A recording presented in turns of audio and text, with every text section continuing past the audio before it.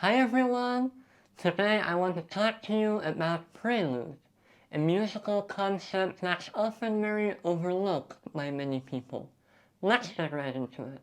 So first, I'm gonna discuss what a prelude is, and then I'll give you a brief history on how this musical concept has evolved during the centuries to what it is now. So as you know, prelude is used to refer to an action or an event that serves as an introduction to something bigger or more important. And it has the exact same meaning in music. Similar to an overture, a prelude is a piece of music that serves an introductory role to a usually larger and more complex piece, such as a fugue or an opera. The interesting thing about preludes is that they don't have a specific form, and the structure varies from piece to piece and composer to composer. The first surviving preludes are from the 15th century. They were usually written for organ, and they served as an introduction to a church piece.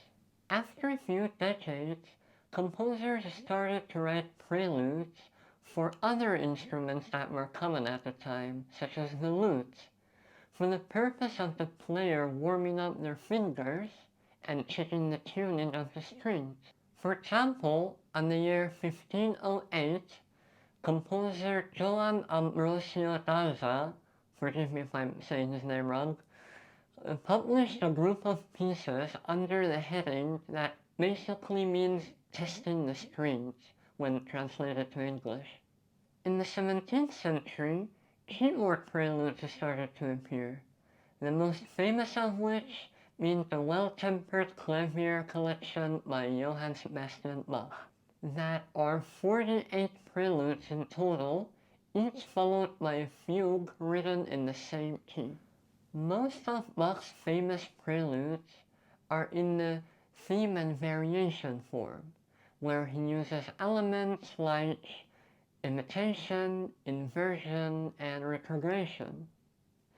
Later on in the Romantic era, composers started to write preludes that were standalone pieces and weren't an introduction to anything.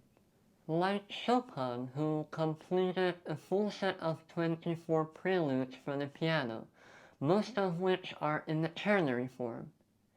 And speaking of ternary form, if you don't know what that is, I have a whole video about that which I'll put a link to in the description. In the 20th century, many famous composers also wrote preludes, such as Debussy, Gershwin, and even Arnold Schoenberg. So as you can see, prelude is more like a concept now than a specific form like fugue or sonata. And these days composers are using it in all sorts of ways.